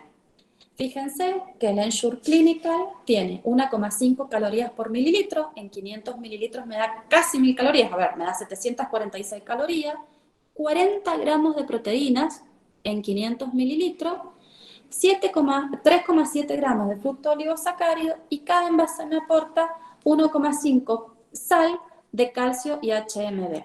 Si ustedes se imaginan un paciente COVID internado en terapia intensiva con 18 días de internación, piensen cómo se va a levantar ese paciente de una terapia. A ese paciente deberíamos haberlo suplementado con una fórmula hipercalórica, hiperproteica y con HMB, porque yo he visto después el tiempo que se demoran en recuperar a esos pacientes. Los listos para colgar disminuyen la mortalidad con una intervención de 90 días comparados con un placebo. Mejoran los parámetros antropométricos, bioquímicos y la fuerza por dinamometría de mano, que es un método para evaluar fuerza. Disminuye los días de inmovilización de los pacientes y mejoran la cicatrización. Después tenemos para cuidados críticos, Glucerna 1.5, Glucerna RTH y Alterna. Nosotros sabemos que la hiperglucemia es una complicación metabólica de un paciente en UTI. Muchas veces también este paciente necesita una fórmula con mayor densidad calórica y proteica. Para ese tipo de pacientes, Glucerna 1.5. Y tenemos la opción de un Glucerna normocalórico. Y Alterna es una fórmula polimérica, por supuesto es completa, es balanceada, pero sus proteínas están parcialmente hidrolizadas y están adicionadas con arginina para pacientes con estrés metabólico. Consideraciones nutricionales en cuanto a la arginina. Y acá hay adeptos y no adeptos. Esto después lo podemos conversar. La arginina mejora el balance nitrogenado en pacientes estresados, aumenta la síntesis de colágeno reparador, potencia la función inmune y contribuye a la cicatrización. Entonces, fórmulas enterales específicas. ¿Para qué las indicamos? Para diabetes y para hiperglucemia por estrés o intolerancia a la glucosa, Glucerna 1.5 o Glucerna que es normocalórico. Y para pacientes con estrés metabólico o transición de la parenteral, Alterna, que tiene las proteínas parcialmente hidrolizadas y está adicionado con arginina. Ahora, ¿qué pasa con un paciente que tiene su sistema digesto absortivo alterado? Es decir, que necesita un soporte enteral que sea 100% hidrolizado. Para eso se diseñó Alternapéptido, que no solamente tiene el 100% de sus proteínas hidrolizadas, sino que además es hipercalórico. Entonces, es hipercalórico con 68 gramos de proteínas hidrolizadas. Ya les voy a decir exactamente la fuente de Alternapéptido de proteínas. Tenemos hidrolizados de lactoalbúmina al 70%, hidrolizados de caseinato de sodio al 30%. Por supuesto, toda la línea es sin lactosa y sin gluten. Y a nivel pediátrico tenemos el Pediasur, que se utiliza entre los 2 y los 10 años, indicado para pacientes que requieren alimentación por vías de excepción para corto, mediano o largo plazo, niños con desnutrición o bajo peso. Y también es una fórmula hipercalórica, con muy buen aporte de proteínas, sin lactosa, sin gluten y con el contenido de fructooligosacáridos y fibras que vienen de la avena, del polisacárido de soja y de la goma arábiga. Esto Abbott no tenía y hará 1 año y medio que se diseñó. Para ir cerrando, también tenemos un algoritmo que nos guía para ver qué alimento se utiliza o qué suplemento se utiliza de acuerdo a la situación del paciente. Actualmente yo visito las instituciones y veo que hay muy poca incorporación de la línea enteral de Abbott en instituciones porque durante mucho tiempo hubo ausencia de la línea en las terapias o en las internaciones. Por eso yo las invito que a partir de esta charla y de muchos encuentros más, ustedes pregunten. Yo estoy convencida que se usa lo que se conoce. Si yo no conozco la línea, no la voy a usar. A mí no me molesta que ustedes me consulten. La realidad es que las expertas son cada una de ustedes. Tenemos colegas sumamente formadas en el tema. Mi rol es acompañarlas y ofrecerles las alternativas terapéuticas. Y para ir cerrando, a modo de introducción y para que conozcan esta nueva fórmula, sabemos que la deshidratación es un cuadro clínico caracterizado por el balance negativo de agua y de electrolitos, y que la deshidratación por gastroenteritis aguda es una de las causas más frecuentes de morbimortalidad en menores de 18 meses. El diagnóstico de deshidratación es clínico y la terapia es la rehidratación oral en el 90% de los casos. Solo en el 10% de los casos se pasa a rehidratación venosa, pero la idea es que nosotros, a través de la clínica, tratemos la deshidratación. Para eso contamos con una fórmula que se llama Pedialite y que está formulada tal cual las recomendaciones de la Organización Mundial de la Salud y de todas las entidades de gastroenterología y de pediatría a nivel mundial. Es muy importante porque, por supuesto, tiene baja osmolaridad, tiene una relación adecuada de sodio y glucosa para que no haya competencia en el transporte, aporta zinc y lo más importante es que es muy rico. A ver si acá, quiero mostrarles esta tabla de comparación. Nosotros muchas veces a la hora de tratar una deshidratación acudíamos o a las bebidas deportivas o a las gaseosas, cosa que está claramente contraindicada según las últimas guías, o a las sales de rehidratación que son las autorizadas por la OMS. La realidad es que las sales son muy difíciles de consumir. Entonces se diseñó esta bebida comercial, que es el Pedialite, que si ustedes comparan, tiene 60 miliequivalentes de sodio, que es lo autorizado por la Organización Mundial de la Salud, porque antes era 90. Tener 90 miliequivalentes de sodio era cuando la diarrea era colérica, que prácticamente ya no se ven. Tiene zinc, 9 miligramos y muy baja osmolaridad. Y si ustedes ven el contenido de carbohidratos, las sales comerciales, es decir, la solución Pedialite que yo les estoy presentando, tiene solo 12 gramos versus una bebida deportiva que tiene 60, una gaseosa que tiene 105 o una leche que muchas veces he visto que lo han indicado que tiene 45. Con lo cual, con este pobre aporte de carbohidratos, yo lo que hago es evitar que haya atracción osmótica a nivel intestinal y si bien por un lado yo lo estaría hidratando, en realidad a largo plazo lo deshidrato porque extiendo el periodo de diarrea. Y para ir cerrando, las invito a que ingresen a esta revisión sobre la terapia de rehidratación oral del Hospital de Niños, en donde básicamente lo que hablan es que se recomiendan las soluciones de rehidratación oral con bajo contenido en sodio, aporte de zinc y baja osmolaridad. Y a modo de presentación, para que lo conozcan y lo identifiquen físicamente, esta es la solución de rehidratación y si bien se utiliza a partir de los 2 años, es para toda la familia. Y sobre todo el adulto mayor que tiene el centro de la saciedad muchas veces alterado o están recibiendo alguna medicación del tipo diurética y en esta época de calor pierden mucho líquido, se deshidratan y entendemos o diagnosticamos que es otro cuadro y probablemente sea una deshidratación. Así que también las invito para que lo prueben en el adulto mayor. Y con esto espero haber sido respetuoso del tiempo y les agradezco mucho.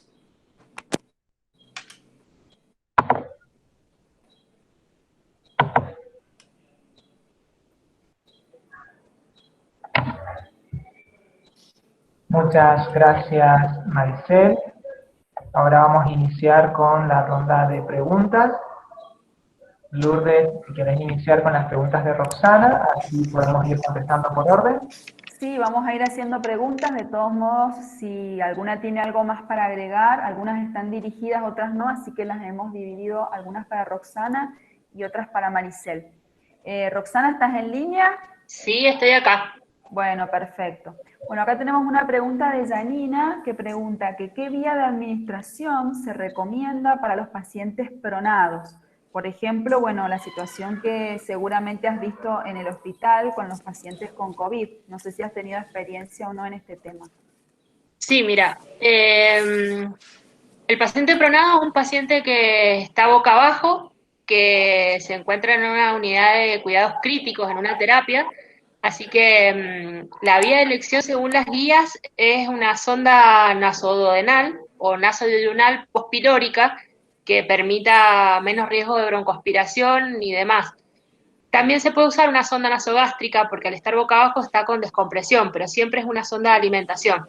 Se trata de ser lo menos invasivo porque ya está demasiado invadido el paciente con toda la carga, digamos, de artefactos que tiene que tener encima. Entonces se usa la sonda nasogástrica o lo ideal sería la sonda nasoduodenal o nasoduodenal para evitar el riesgo de broncoaspiración. Creo que no nos está escuchando. Sí. Acá estoy, sí. Ahí está. Problemas técnicos nada más. Encontré el micrófono ahí que desaparece en la pantalla porque estoy viendo las preguntas. Bueno, Melina nos pregunta con respecto al cáncer. Melina pregunta si con el cáncer se puede curar con la alimentación. Si bien no es el tema de la charla cáncer, por ahí podemos puntualizar un poco más la pregunta, considerando ella pregunta si con la alimentación o los suplementos, ¿cuáles de estos no debería consumir una persona con cáncer? Mira, en realidad la alimentación varía mucho dependiendo del tipo de cáncer. Hay un montón de guías para... Yo le invito a Meli que si quiere le paso el link de las guías ASPEN y ESPEN. ESPEN es la que más guías tiene sobre pacientes oncológicos y que puntualiza el tipo de cáncer. Y en base a eso, bueno, va viendo qué tipo de alimentación o qué tipo de nutrición es la que sugiere. Con respecto a los suplementos, no hay contraindicaciones para dárselo. De hecho, muchos de mis pacientes, antes de ser sometidos a cirugías o a terapias complementarias como la quimioterapia, son suplementados. El cáncer es un gran consumidor de calorías y de proteínas, por eso es necesario ocuparlos. Pero bueno, eso las guías ESPEN son las más completas y las que más guías tienen sobre protocolos de trabajo de pacientes con cáncer de esófago, cáncer de estómago, cáncer de colon. Así que bueno, espero haberle respondido un poco y bueno, quedo atenta, si ella quiere, nos mantenemos comunicadas y le voy ayudando más o menos, porque hay que puntualizar también el tipo de pacientes con el que va a trabajar o el que tenga con más flujo, digamos. Bien, perfecto. Lo que podríamos hacer después, tanto Maricel como vos, Roxana, compartir ahí en el chat un correo donde se puedan comunicar para ampliar las preguntas o por ahí para, como decías vos, sugerir alguna guía o algún otro estudio para que puedan leer un poquito más. Perfecto. Ahora vamos a hacer una pregunta de Natalia Antón. En realidad son 2 preguntas referidas a la maltodextrina. y pregunta que cuál es la cantidad permitida por día de maltodextrina para un paciente con gastrostomía que no puede continuar con Nutrición Energy sin producir intolerancia o contraindicación. Dice si 100 gramos más o menos. Y después ella, Mira, ahí... perdóname, ha hecho un cálculo, no sé si lo alcanzaste a ver. Sí, lo alcancé a ver. Bueno, entonces dale, te dejo a vos para que puedas responder. Mira, en realidad me generó duda, a ver, Nati, estoy atenta al chat si me podés responder por qué cambiaron a la maltodextrina, en realidad. Es como que tenemos otras fórmulas en el mercado que podríamos reemplazar con el tema de no desnutrirlo más al paciente. O sea, pasamos directamente de una fórmula polimérica hipercalórica, hiperproteica, pasamos directamente a un módulo, así que si me lo podés responder, yo ahí te ayudo. Buenas tardes, chicas y chicos, a todos. Un gusto estar acá y escucharte y aprender de todo esto un poco más. En realidad es una obra social que ha estado teniendo este paciente con una disfagia crónica que va a depender de nutroterápicos de por vida y el costo mensual es de 130 a 150 mil pesos y no quieren absorberlo más. Por lo tanto, quieren reducir los costos y que realicemos una alimentación lo más natural posible, que entiendo totalmente y estoy de acuerdo con toda tu exposición. Entonces, por una cuestión de que está en un geriátrico, no quiero complicársela con muchos alimentos porque la familia no está a cargo.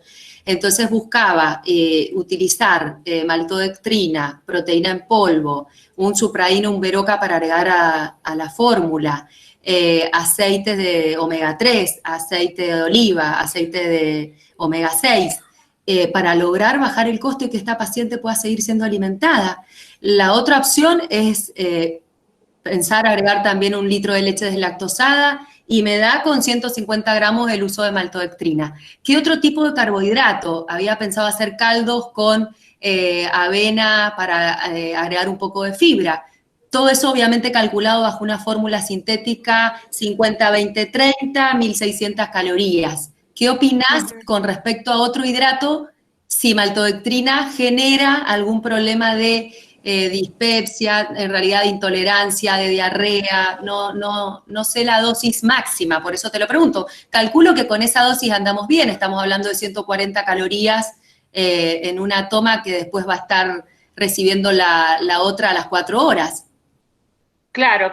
No, está bien hecho el cálculo. Lo que no entendía era en qué contexto se manejaba. Si tiene está con una sonda nasogástrica, ¿verdad? No, está gastrostoma.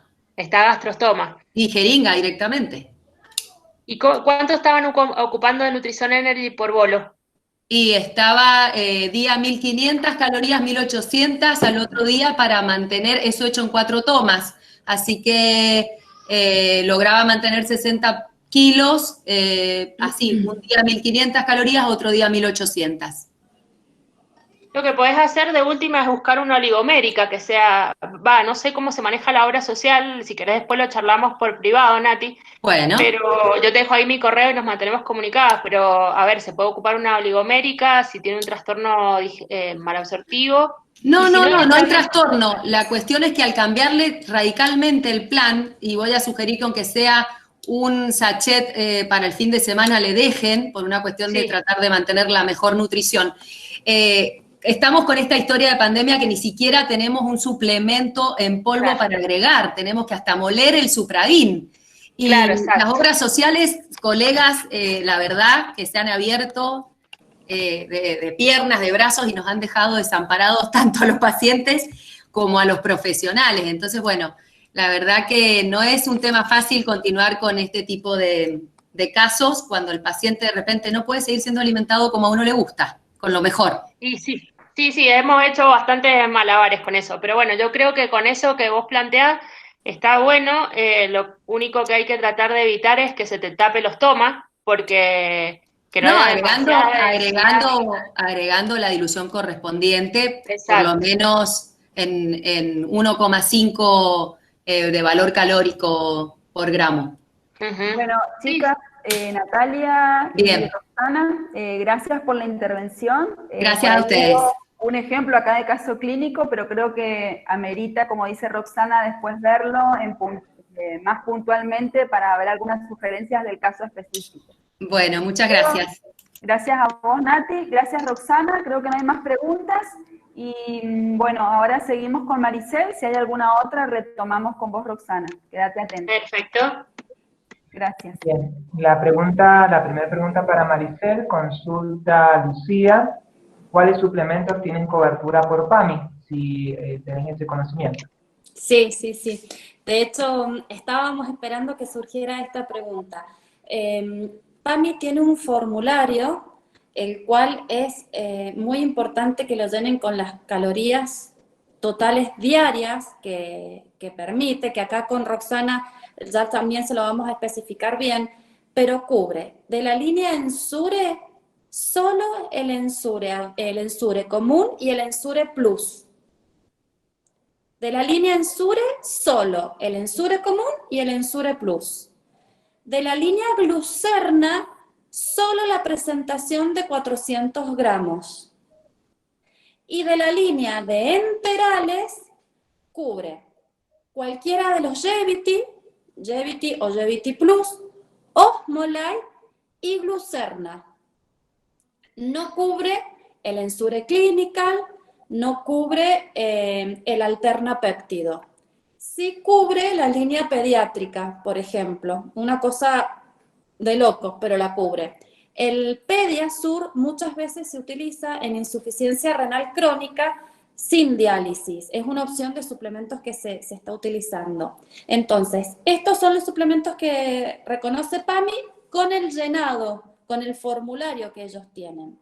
Después tenemos otra obra social que es muy abundante acá en Mendoza, que es OSEP, que tenemos muchos pacientes de OSEP. OSEP, por planes especiales, reconoce todos los suplementos, pero por planes especiales. Y yo también pensaba en el planteo de la licenciada Antum, que cuando uno selecciona las fórmulas, también selecciona el costo-beneficio. Y la realidad es que la pandemia alteró todo. De pronto nos vimos con mucha dificultad para acceder a las obras sociales, a las autorizaciones, para que a los, sobre todo adultos mayores, les llegaran los suplementos. Entonces les recuerdo que hay un sistema de beneficios de descuentos para pacientes desde Abbott. Y esta es la herramienta que yo les acerco y les ofrezco, que es una tarjeta digital que tiene un descuento especial para pacientes, pero eso siempre manejado por el profesional. Amplié un poco las ofertas. Perfecto. Muy bien, Maricel. La siguiente pregunta es con respecto al Ensure Clinical. ¿Cuánto tiempo pasa desde que el paciente geriátrico comienza a tomarlo para poder ver resultados? Excelente. Las últimas guías de la Sociedad Argentina de Geriatría y Gerontología hablan de la importancia de la suplementación, no solo con planes hiperproteicos, sino también con vitamina D, con calcio y con HMB. Y dice que por lo menos la suplementación se tiene que mantener entre 2 meses y 3 meses para ver los resultados. Y esto es muy importante, con una dosis diaria de 3 gramos de HMB por día. 3 gramos de HMB por día son 2 porciones, ya sea de Ensure Advance o de Ensure Clinical. Es decir, es un aporte importante del suplemento en 2 meses o en 3 meses. Y que una vez que se llegó a la meta nutricional, se suspende la suplementación. La realidad es que un adulto mayor, si llegó y recuperó su masa muscular y yo le saco la suplementación, al poco tiempo la va a repetir. Entonces yo después lo que sugiero es una dosis de mantenimiento. Es decir, en vez de 2, 1. Perfecto, y vamos a la última pregunta para ir cerrando también. La pregunta es respecto a un paciente con restricción de sodio, si se puede recomendar el Ensure Clinical. Por ejemplo, sí, una persona con cirrosis. Sí, la distribución de los minerales no está contraindicada, por ejemplo, cuando hay una restricción marcada de alguno de estos minerales. Lo que sí, por supuesto, hay que hacer la valoración total de todos los aportes que va a recibir ese paciente más allá del Ensure Clinical. El suplemento en sí no está contraindicado. Muchas gracias, Maricel. No, por favor. Bueno, estamos llegando al final del webinar. Le damos la palabra a Cecilia Llaver, la decana, para hacer el cierre, y así vamos cerrando la actividad. Bueno, excelente. Yo creo que ha sido una jornada excelente. Muchísimas gracias, Roxana y Maricel, por su tiempo, por su generosidad, por compartir sus saberes de un tema, digamos, que es tan importante y es tan finito, ¿no? Porque hay que conocer muy meticulosamente qué es lo que necesita cada paciente, qué producto, por qué vía, cómo administrarlo, en qué momento, darlo a tiempo para tratar de ayudar a que ese paciente se recupere, digamos, lo antes posible. Así que yo creo que ha sido una jornada muy enriquecedora, un webinar, digamos, que lo debíamos y que seguramente a inicios del año que viene vamos a volver a dar algo sobre este tema, porque siempre quedan dudas, quedó mucha gente con ganas de poder inscribirse en este webinar, así que lo iremos a repetir el año que viene. Muchísimas gracias, Roxana, Maricel, muchísimas gracias Pablo y Lourdes por el compromiso de siempre, y gracias a todos los que han estado presentes. Bueno, nos veremos pronto, si Dios quiere. Ya en noviembre hacemos un webinar que va a tener que ver con nutrición deportiva y suplementos deportivos, y ahí te vamos terminando el año. Bueno, muchas gracias. Un gusto. Un gusto, Ceci. Muchas gracias a todos. No, Saludos. gracias chicas. Gracias, chicas.